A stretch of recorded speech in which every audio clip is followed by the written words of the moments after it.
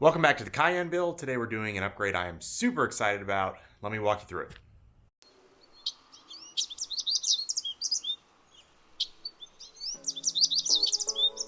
Okay guys, so on a lot of my other builds, you guys have seen that I've done steering wheel upgrades. I think this, aside from wheels, is one of those must-haves if you have a vehicle that already has a steering wheel that's not so great. So that might be the material, might be the condition, or it might be the style. In this case, it's a little of both. On the Cayenne 958, the steering wheel that came with the car is pretty worn, especially across the top. So aesthetically, it's not that great looking, but also happens to be like the first gen paddle shifting steering wheel. Now, Porsche uses pretty consistent steering wheels across their line. So like the 911, the Macan, the Cayenne, a lot of those cars actually have the same steering wheel style. This one comes on the early 991s. It comes on the older Cayennes and some other models, and it's probably like the one people like the least. So I'll give you a look at it just so you can like understand what I mean visually. But we're gonna swap that out for something much, much newer. So this is a great upgrade in that this is something you touch and feel and look at. It's like right in your face. It's something you experience very frequently as you drive a car. So I think it's a really great place to spend some money. It's not the most inexpensive thing to do, but usually you can sell your old steering wheel and your old airbag, which the airbag's actually the kicker, for a lot of money. And so this is offsetting usually by 50%, sometimes closer to 100%. Kind of depends on what current steering wheel you have and how desirable that model is versus the upgrade you want to do. But let me go ahead and walk you through what we're doing. Going to do a step-by-step on this one just because I know a lot of people are interested in doing this or a little nervous about it. There's some great videos already out there, especially my buddy James over at Auto Amateur. He's got some great videos that actually I reference to do this, but I'm going to make my own just so you can see how it comes out on my car, walk you through step by step, and hopefully you find some value in that, seeing them before and after. So let's go ahead and jump in. Okay, so current steering wheel that comes with this car is this model. So like I said, this is probably considered one of the least desirable models.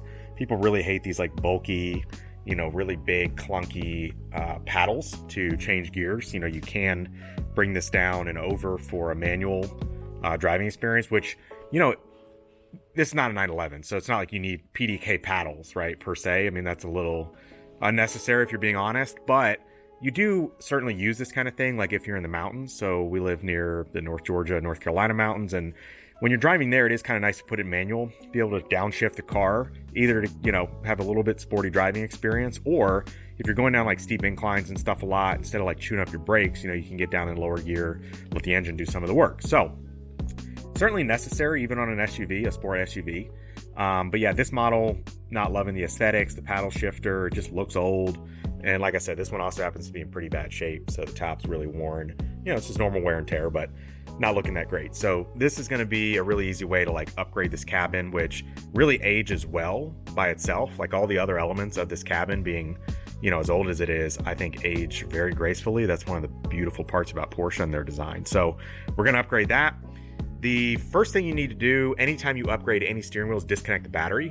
There are airbag sensors and things like that that are involved in how this airbag's plugged in. If you unplug this prematurely, it will cause all kinds of issues with the ECU and airbag warnings and things that will require you to go into the dealer or an independent shop with maybe Pee-wee's computer system and reset a bunch of stuff. It's just a real pain. So you want to disconnect the battery for at least 30 minutes. I usually do it for an hour just to be safe. Here's a quick tip.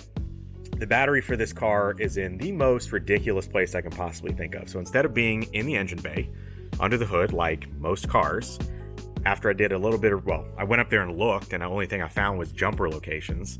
Did a little research and realized it is under the seat.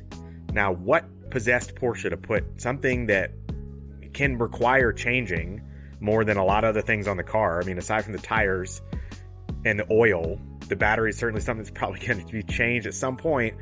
Why would you put that under the seat? So it requires typically to disassemble the whole seat rail system, move the seat out of the way, take an AC vent off, take a panel off, take the battery out. Oh my God. So looked online, found a quick tip that is important. If you look under here, there is a small panel, okay? It's on the front of the pedestal that the driver's side seat sits on. And coming out of that is the negative ground that connects to the battery system. Okay, it's tied into a post inside this little flap that you pull up. So all you have to do is take a 13 millimeter socket, take that post off, which you see here. Okay, and then disconnect this negative, and that will disconnect power and battery as if you've disconnected it at the battery without taking the seat off. So we've let that sit for an hour. Let me show you what we got for the swap, and then we'll get into it. Okay, so here's what we got for the swap. First and foremost is the steering wheel. This is the new style multifunction steering wheel with the open cutouts here, all the buttons. This came from a recent Macan, I believe it's a 2016. So like I said, these steering wheels are interchangeable, which is the beauty of the whole setup. So if you've got a 958.1, 958.2, if you've got the old style that I have, if you have the sport style, which has, you know, the silver deals here, but they're not open, you can upgrade all the way to what is basically considered the current modern standard. But it comes with the paddle shifters in the back, which are, you know, pretty slick. But yeah, overall, just love the look of this. Source and airbag, had to source this separately, but it does match. And if you're curious, if you have the same interior I do, this is Luxor Beige is a colorway. So as long as you're sourcing the same stuff from a color standpoint, you know, it's going to match, which of course you can see this does. Airbags tend to be pretty expensive, obvious reasons, but they are pretty difficult to procure. So luckily we were able to find that one in the new style that then fits. The airbag that is in this car, for what it's worth, in case you're asking yourself, it's not interchangeable. It's a different size. It's actually different depth more than anything. It's not so much the diameter, it's the way the depth works. I think it's a much deeper airbag. And then this is the important part. So this is a custom wiring harness from GPS. They specialize in this. This happens to be the STMV1 if you're on their website. But you basically go on their website and you say, look, I've got this current steering wheel and I'm trying to go to this other steering wheel. So in this case, I selected this steering wheel with multifunction, meaning the radio and the scrolling features and all that. And they build you a custom harness that allows this whole thing to be plug and play. There are ways to do this setup without the GPS adapter. It requires a heck of a lot more work and a bunch of sort of custom coding, from what I understand, within the ECU. So this is not inexpensive. It's not crazy. I think it was like a couple $100, but go ahead and just get one of these. Okay, it's plug and play. It's got instructions on their website. It's super simple to follow. It allows you to just do a simple swap. So that's it. Those are the 3 parts you need. So we're gonna go ahead and get started. Battery, like I said, has been off. So we're gonna take the steering wheel off. First by removing the airbag, and then by removing the connection, the nut and everything that holds it onto the spline inside the car. And then once we've got that off, we're ready to just do the wiring harness and pop this on. Okay, so in terms of taking the original airbag out, you can see probably there's a small hole there. You're gonna place a flathead screwdriver up into that hole, and you're gonna push. You're gonna feel a bracket like a spring. You're gonna push against that, and the airbag should just slide right out of the front. And then you just disconnect the 2 wires that are attached to that. So we'll go ahead and get that knocked out. So once we have pressed that in and released it, you're just gonna pull this airbag out. As you guys can see, it's quite a bit wider, deeper, I should say. And you're just gonna take a screwdriver, pull those 2 little orange tabs up, and disconnect that wire so that we can get to the inside and remove the steering wheel. Okay, so next order of business is disconnecting this plug. So it's plugged in up here at the top, and you basically just push down on the little orange part at the top. There's a little tab that releases that, and that's going to give us access to the main connection for the steering wheel. So in order to get this off, you are going to need a 12 millimeter 12 point socket. Okay, now make sure you have the right socket for the right job. There are some that have different point counts, some that have different point styles. These are triangular tipped. This is just one of those types of connections where if you use the wrong tool, it might feel like it fits, but then you're going to strip this very easily. And once it's stripped, you are stuck with this style of steering wheel forever. So be careful on this part, but we're going to slowly loosen this up. It usually takes a good bit of force if it's been factory installed and never taken off before. They tighten this pretty tight given that it controls the steering for the vehicle. So just be patient with it and just be careful not to strip this, but we're going to go and do that off camera, and then we'll pull the steering wheel off and get started on the new one. So once you get this off, I know it can be tempting to just pull it off quickly. Don't do that. You will see, I think you can pick that up on camera, on top of the steering wheel itself, the back plate, there is a notch, in the metal.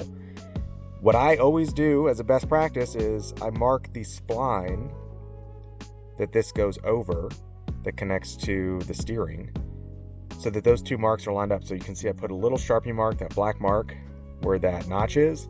So when I put the new steering wheel back on, it's in the exact same position. Is this going to make or break your steering? Probably not, but you just don't want that to be too far off. Otherwise, then your steering wheel is going to sit crooked when the wheels are actually straight, and so on. So just make that little mark before you pull the steering wheel off in haste, and that way you know exactly where that little notch on your new steering wheel needs to line up. Okay, so we've got the GPS adapter installed. It is a little box that is behind the electrical tape here. I'm not going to go into the detail of how that gets installed because honestly, each one of these GPS adapters are different depending on the features you have in your existing steering wheel and your new steering wheel. But nonetheless, GPS adapters, their website has great instructions. They're very easy to follow.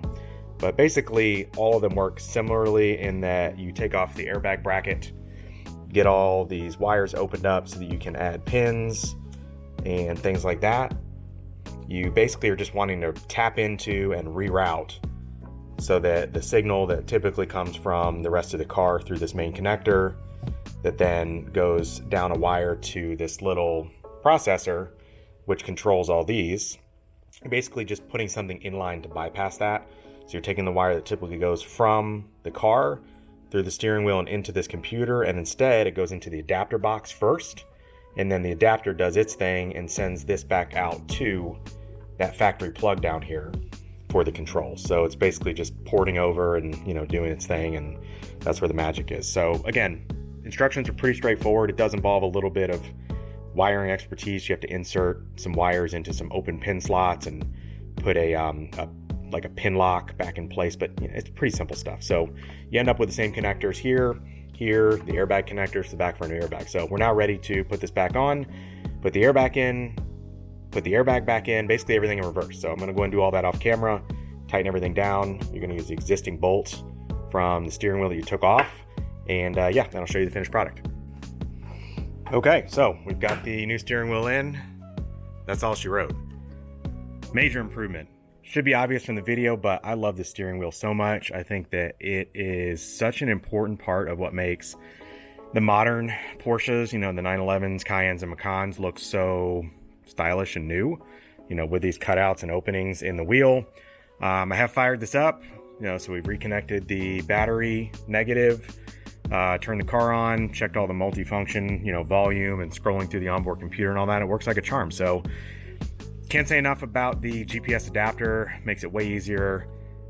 If you're thinking about a way to modernize what I think is like the only part of this cabin that really gets dated. I mean, again, this is a 2011.